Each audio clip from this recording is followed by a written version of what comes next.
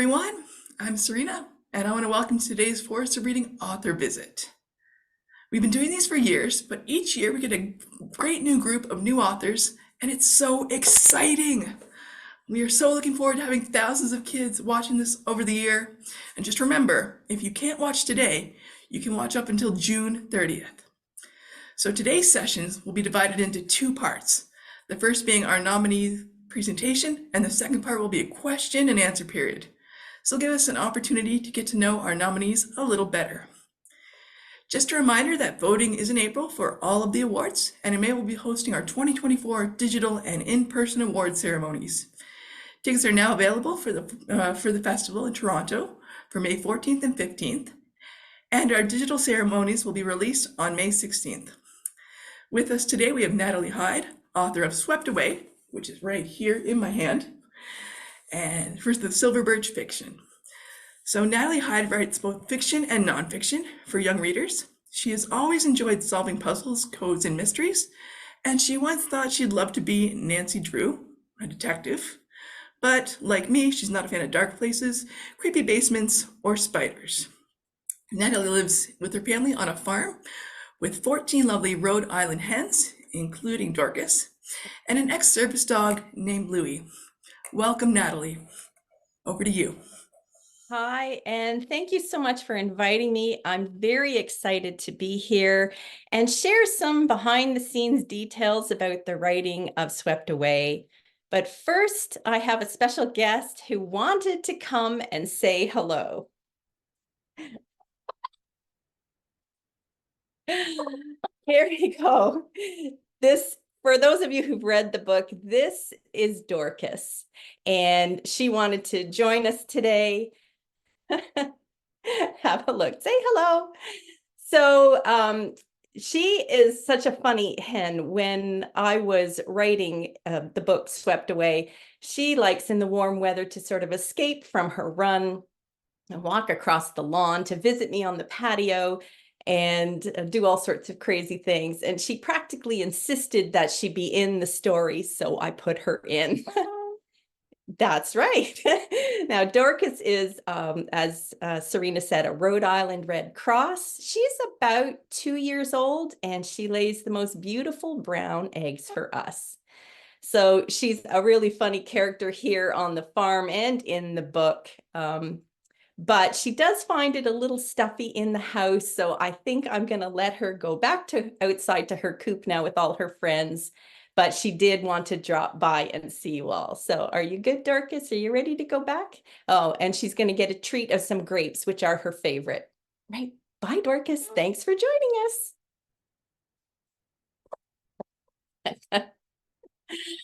So writing Swept Away was a whole lot of fun for me and a bit of a challenge. Now, it was lots of fun because I became so fond of the characters in the story that I really kind of wanted to meet them in real life, besides Dorcas. And it was a challenge, though, because even though Swept Away was my 100th published book, it was my very first mystery story. Now, as Serena said, I love mysteries. I still read mysteries and like to watch mystery shows. I try to see if I can figure out the mystery or the solution before the main character does. But because it was a mystery, I had to change some of the ways that I wrote the story. Now, some things are the same no matter what kind of story you write. You need setting, characters, and plot. Now, the setting is simply the location where your story takes place. And that can be a big area. It can be an entire country, or it can be something really small. Some stories take place in a single room. For me, the story takes place in the hamlet of Pinkerton. Now, a hamlet is even smaller than a village, and the setting was actually the inspiration for the story. So the story came to be because we took a wrong turn coming back from the beach one year. We go almost every year up to Sauble Beach on Lake Huron for the day or for the weekend. And coming back, we were taking our usual route through some, flat farmland. And then my husband turned onto a road that I didn't recognize. And I said, "Do you know where you're going?" And he said yes, but he didn't, because all of a sudden the road took a 90-degree turn. And we found ourselves in this little community, and there were little houses tucked among the trees and a creek and a bridge. And one of the houses had been turned into an antique store. So I asked him to pull over because I'd love to go antiquing. And we went in this yellow brick house that was now a store. And as I was walking around and looking at all the stuff, because it still looked like a house on the inside, you had to go from room to room. I started to imagine about the person who used to live there before it was a store, because the house was quite old. And then when we finished and I went outside, there was a barn next door with some old doors and sleds and things. And we got back in the car and drove over the bridge. And my writer's brain kind of went into overdrive. And I tried to imagine what it was like, or what it would be like, to live there with, such a close but isolated community. And maybe what kind of quirky characters might be your neighbors or shopkeepers. So by the time we finished driving home, the setting for Swept Away was solid. The little hamlet that we drove through is called Pinkerton, and that's what I call it in my book. And it was funny because one lady who read the book actually used to live in Pinkerton, and she said, "That's just what it was like." So that was a cute compliment. The house with the antique store, the yellow brick house with the barn, actually becomes Beatrice's house in the story. So I can still go back there and go back into the house as an antique shop when I want to. I actually kept pictures of Pinkerton up on my screen when I was writing it, so I really felt like I was there. The creek, too, that goes through Pinkerton is called Plum Creek, but in the story, I make it Spencer Creek because where I live here, there is a creek behind our property that's called Spencer Creek. So I started the story with the setting, which is backwards for me. I usually start with the characters or the plot. But for this story, the characters came second. Now, the important thing about creating characters in a story is to make them really realistic. Real people are not usually all good or all bad. Think of your friends and family. So in the story too, you want to give your characters a blend of good traits and then, some not so good traits. So in my story, Ruth, for instance, she's loyal and smart and caring. She's also a little bit snarky and suspicious. Saul, he's really warm and friendly and clever, but he's also impatient. And even Mrs. Gorgonzola, who is, of course, the nosy neighbor in the hamlet, she's nosy and prying and scheming, but she's also very generous. At least with her casseroles, she is. And even the animals, Dorcas in real life and the book, she escapes, she complains a lot, but in the book, she saves Ruth's life. She is very loyal. So the biggest difference in writing a mystery, though, is the plot. Often when I write a novel, I kind of let the story unfold on its own. I don't tend to do a lot of very tight outlining, but a mystery really depends on a solid plot so that it has a satisfying ending. And it really depends on the clues being parceled out so that the characters can actually solve the puzzle. And this takes a lot of planning. And so for that, I always start my books with writing it in a notebook, just an ordinary spiral bound notebook from the dollar store. But when I start writing, I like to start by writing and not typing. Eventually, I'll put the story on my computer, but the notebook allows me to, keep track of character sketches or notes to myself or websites that might be helpful, even bits of dialogue, and then I have it all in one place. And for a mystery, this was doubly important because in it, I could map out the clues and make sure, that their meanings made sense and that the characters, Ruth and Saul, had everything they needed to solve the mystery. So the clues that I used were actually things that either I own or used to own or have seen somewhere. And that's pretty normal when you write a book. So when you read a novel, it's a little bit like getting a peek into an author's life. So I wanted to read you a really short passage that reveals the clues that Ruth and Saul get and why the cover calls them unwanted clues. So this short passage is a little ways into the story. Beatrice has been swept away, and Saul and his father have moved into her house. And Saul tells Ruth that Beatrice left her some things that she told him about in a letter. So in the dining room, atop the mahogany table, where Ruth and Bee had shared so many cups of tea and peanut butter cookies, was a cardboard box. Here, Saul said, sliding it toward her. Ruth and Dorcas peered inside. Ruth could see a small metal frog with a hose attachment coming out of his butt and holes in his back. A pair of very old, slightly yellowed, embroidered ladies' gloves, and the dreaded human hair picture. Ruth was more than a little disappointed. There wasn't one thing in the box that Ruth had admired or commented on all the time she had been in Bee's house. Not one. I don't think this is for me, she said. In her arms, Dorcas clucked in agreement. Yes, it is, Saul said. Ruth peered inside again, and with her free hand moved the stained gloves aside, hoping to see something pretty or sentimental hidden underneath. Nope, must be some other Ruth. Ruth didn't want to be rude, but she also didn't want to take home this box of hideous and worthless items. Saul folded his arms. You're Ruth Mornay, aren't you? It was no use. She couldn't very well pretend she wasn't when every last person in the village knew she was. She was going to have to take possession of the box. Yes, she said dejectedly. She was surprised that the person she thought had been a close friend, a confidant, would leave her such a pile of junk. Dorcas wiggled in her arms, anxious to be on her way. I can't carry both home. Will you hold Dorcas for me? Saul picked up the box. No, I don't do chickens. Dorcas looked right at him with her beady eyes and gave a low cluck. Ruth paused for a moment.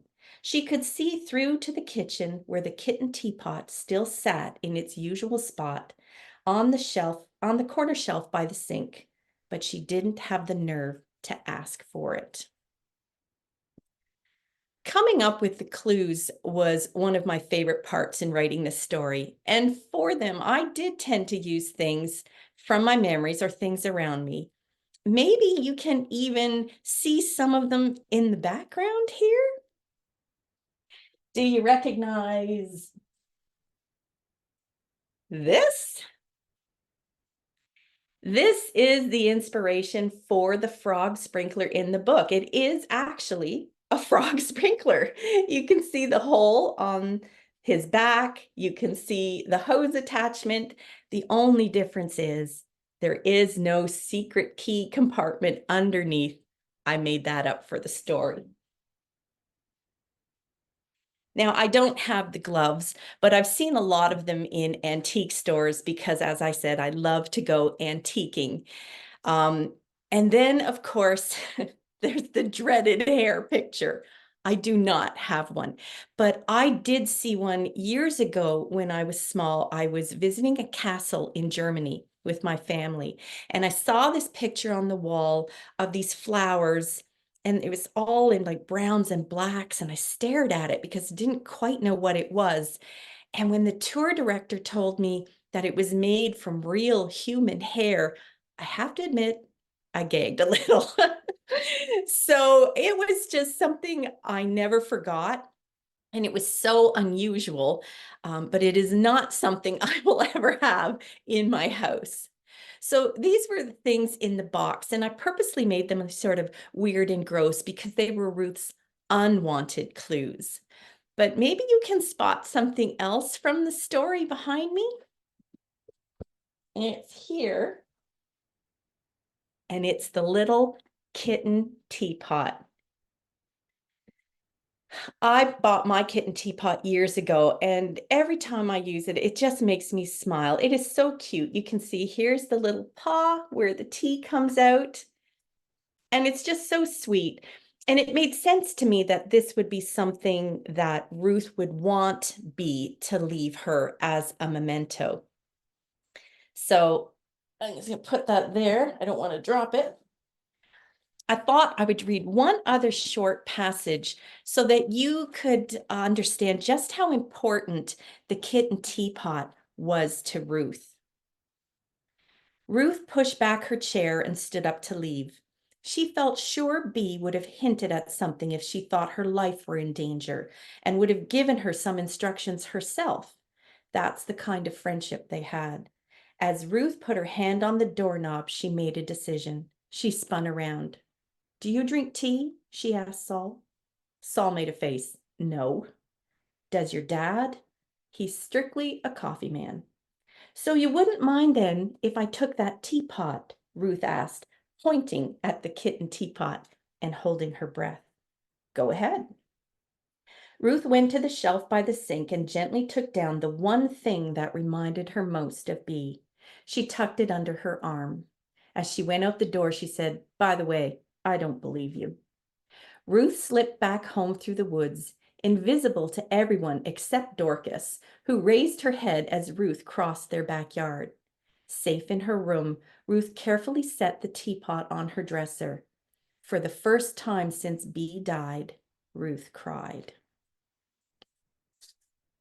So part of the idea of the odd items given to Ruth from Bee came from stories I heard about weird things given to people in wills.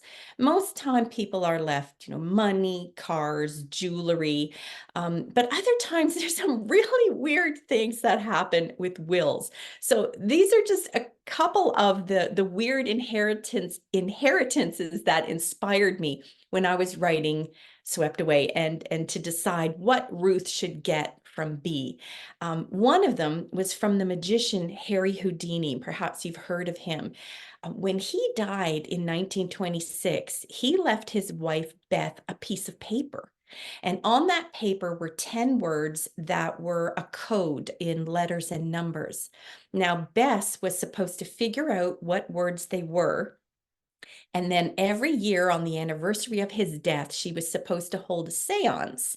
And those words would be like their secret code so that she would know that she was actually hearing from him and it wasn't some sort of trick. Now, from my research, I don't think Bess ever heard any of the code words during the seances. She did hold them. But even since Bess has passed away, people still hold a seance on the anniversary of Houdini's death, which happens to be Halloween night. How creepy is that? There was also an author, Robert Louis Stevenson. I don't know if you know his name, but he wrote some famous stories like Treasure Island. He left the strangest thing I've ever heard of in his will, and that's he left his birthday to his friend. Now, his friend Annie was actually born on Christmas Day, and she hated that. And any of you who might have a birthday around Christmas know that you feel a little ripped off because nobody feels like celebrating a birthday because they're so tired of cake and sweets and presents. And you feel a little left out. So Robert Louis Stevenson left his friend Annie his birthday, which was November 13th, so that each year she could now celebrate her birthday on that date instead of Christmas, which I thought was kind of sweet. But one of the most mysterious ones that I read about was Napoleon Bonaparte. Now, you might have heard of the Napoleonic Wars. He was the leader of France in the 1800s. And he actually decided in his will that he instructed them to shave his head after he died and give parcels of his hair to his friends. I don't know what that is supposed to mean. I can't imagine how I'd feel getting someone's hair as my inheritance. But what's interesting is some of those, samples of his hair still exist, and they tested them, and some of them contained very high limits or very high amounts of a poison called arsenic. And so now there's the question of, was Napoleon actually murdered? So that was fun. Now, in writing my mystery too, you'll know many mysteries contain treasure and treasure hunts, and so does Swept Away. Because just like the items I use that I own, I wanted to include things that interested me or fascinated me. And one of those things is treasure. And another one is secret groups like the Knights Templar. Now, I don't know if you've ever heard of the Knights Templar, but they were a group of ordinary soldiers, knights, back in medieval times, and their job was to protect travelers from Europe who were going to Jerusalem on like a holy voyage, keep them safe from bandits and such. But this group of knights started out very poor, but over time, they became so extremely rich and wealthy, and nobody knew where the money came from. They had secret meetings and secret activities, and there were rumors that they'd actually found some ancient golden artifacts. Now, the King of France got a little suspicious of them and the power they had, so in secret, he arranged for his orders to be opened by his own guards all on the same night, and the order said that the next day they were to round up, arrest, and even kill every single Knight Templar. And they did it all in one day so that they couldn't warn each other. And that happened to be October 13th, 1307, which was a Friday. And that is how Friday the 13th got its sort of notorious reputation. But no one ever found their treasure. And there were stories that the day before the arrests, someone had tipped them off, and all the ships of the Templars that were in the harbor actually left and took the treasure with them.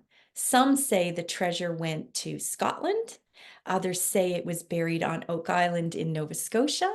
And in my story, I have the treasure, or some of it, making its way all the way to Pinkerton.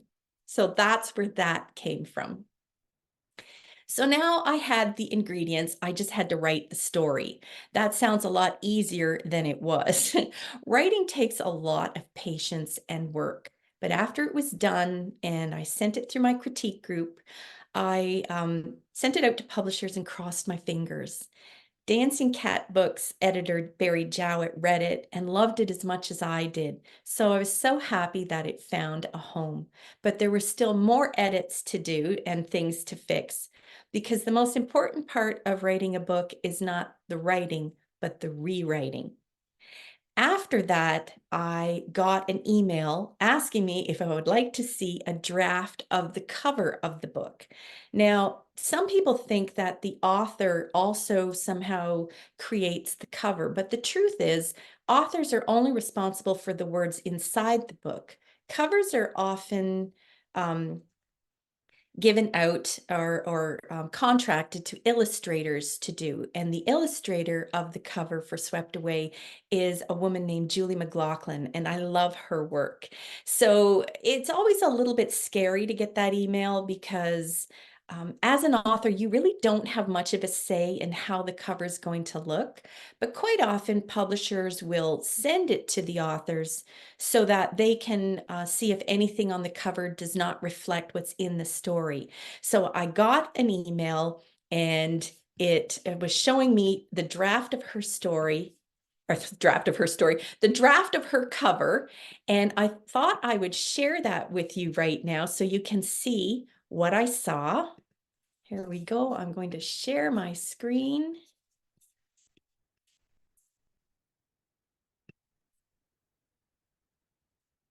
Okay, just let me make this larger. So this is the first draft of the cover that I got, and you can see all the elements of the story are there. There's Ruth up her tree. The key is on the necklace. Portia's by Spencer Creek. There's the flower hat. And up in the top of the book near Ruth, you might see Dorcas. But now that you've met Dorcas, you might notice that there's something wrong. And that's because Julie made Dorcas gray. And Dorcas, as you know, is a beautiful red-brown color. So I mentioned this to Julie, and she said, well, I don't know, Dorcas, can you send me a picture? So I sent her this lovely picture of Dorcas out in her run, and Julie thanked me. And then she sent me the final draft of the cover, as you might know if you've seen the book. And there is Dorcas, nice and red-brown, looking just like she does in real life. And you can see how Julie added other details and all the color. So it was really a lovely cover. And here, I've just got them side by side so you can see how things changed a little. So even illustrators have to edit their work. But I was very, very pleased with it. There we go. So signing the contract was pretty exciting too, because it was my 100th book, and we actually had a bit of a party here. My husband threw a party, and we had cake and visitors, and it was a lot of fun. But the truth is, every book is exciting. And there you go. So now you know how to write a mystery book in 3 not so easy steps. Well, I hope you've enjoyed learning a bit more about how Swept Away came to be, and that you have as much fun reading it as I had writing it. I think Serena might have some questions for me now.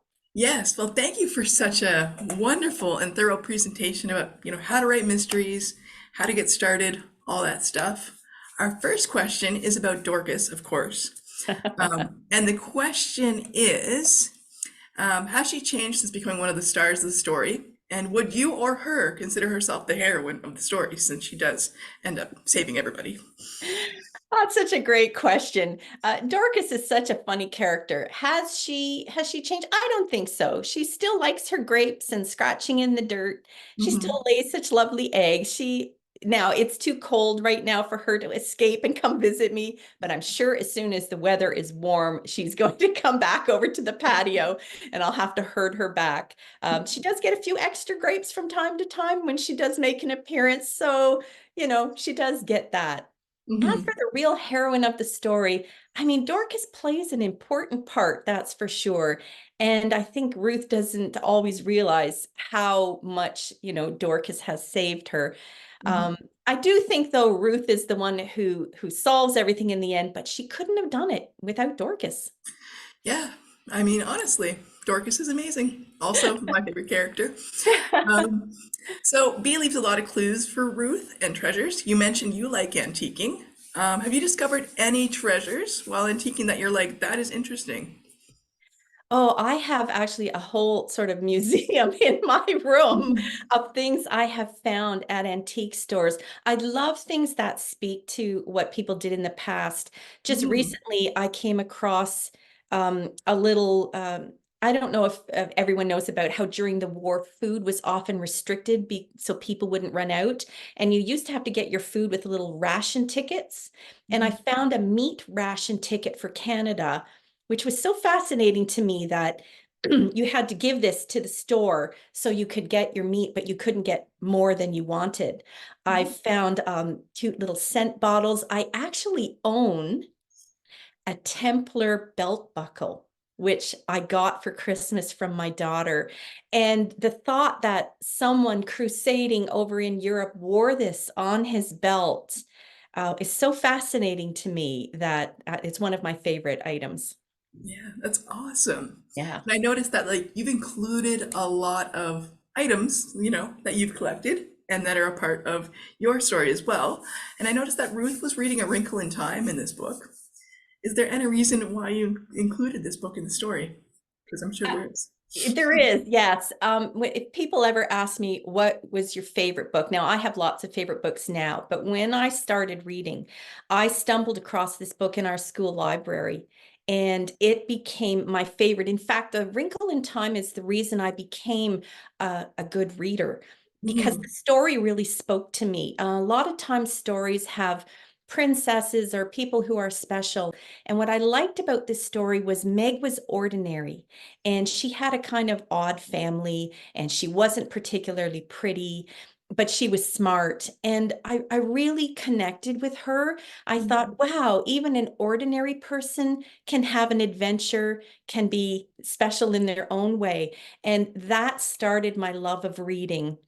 And mhm. so I do often make my characters a little more ordinary because even ordinary people can have special things happen to them. So yes, she was reading my favorite book in that book.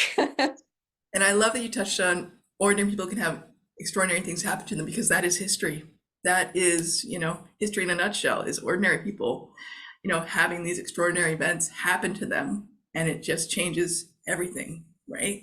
And Yeah. stories are a great way to, do that as well, to experience the world and experience new things and have that, immersive experience. That's why I love stories. Um, Basically, my next question is talking about reading and books, and one of my favorite topics. What are you currently reading at the moment, and do you have some favorite Canadian authors? Oh, favorite Canadian authors is like asking me my favorite child. I know. So many of them are friends of mine too. I would feel horrible mentioning one and not all of them. So I will go back in time so where I won't insult anyone and have to say that once again, Lucy Maud Montgomery, who wrote Anne of Green Gables, was a huge favorite of mine. And again, Anne had freckles, she had red hair, she was a more ordinary person. She was teased about her looks, but deep down, she was a really special person and she had a unique way of looking at the world. So I loved not only the Anne of Green Gables, but I've read all of Lucy Maud Montgomery's books and own quite a few of them. I never tire of them. I do love humor too. So anything that's funny is something that I gravitate to. So yeah, that's what I love. So I'm reading a lot of adult humor books right now. But for kids' books, I often will turn back to my favorites that I grew up with. Yeah, that's great. You wrote a book called Mine, and if people haven't read it, it's hilarious. I absolutely adored that one. So a lot of times when you're writing, I don't know if you listen to music, or if you have a playlist, but do you have a playlist for this book, Swept Away? When you were writing it, did music come to mind at all? Did it play a role in your writing? I'm not sure I had a playlist for this book. I know I've used music other times when I'm writing stories, and it really does affect how you write. I'm Hmm. trying to remember for this book. I don't think so. I wrote outside so much for this book that Right. unless I had it on my computer, I actually just was listening to a lot of chicken music. There was there was a lot of clucking going on and squawking. So maybe that was the playlist for this book. All right. That's awesome. All right. With the mystery though, you said it was taking you outside of how you normally write. What did that make it harder to write then? Because you had to be so precise and so thought. You had to think it through a lot more than you normally would. Did that make it harder to write? It was harder in the sense if I had to learn how to outline more. Like I said, I tend to just let the story come to me. Gee, I wonder what the character would do next, or what would I would do in that situation. But with this one, I did have to really outline it, and so it was kind of good because I find that since I wrote Swept Away, I am outlining a bit more. It is good to sort of see the big picture of a story beforehand, so that you can kind of direct things or include things that will make sense for the ending. So it has changed how I write other books now. But yeah, I found that very challenging because it's not the way I used to write or usually wrote. But I do sort of like letting a story develop on its own as well. But with a mystery, yeah, you have to be a little more precise. And I think it was a good exercise for me. Yeah, because no matter what with mystery, people are going to be questioning everything and looking back and being like, does that make sense? Yeah. Oh, all that pressure. I couldn't do it. It was, yeah, Yeah. every detail had to, did I say too much here? Did I give them a clue here that was going to let them figure it out too soon? You have to put a few false clues in there too, Exactly. just to keep the pacing right. So yeah, it was a real challenge. All right. And my last question for today, how does it feel to be nominated for the Forest of Reading this year amongst Canada's best?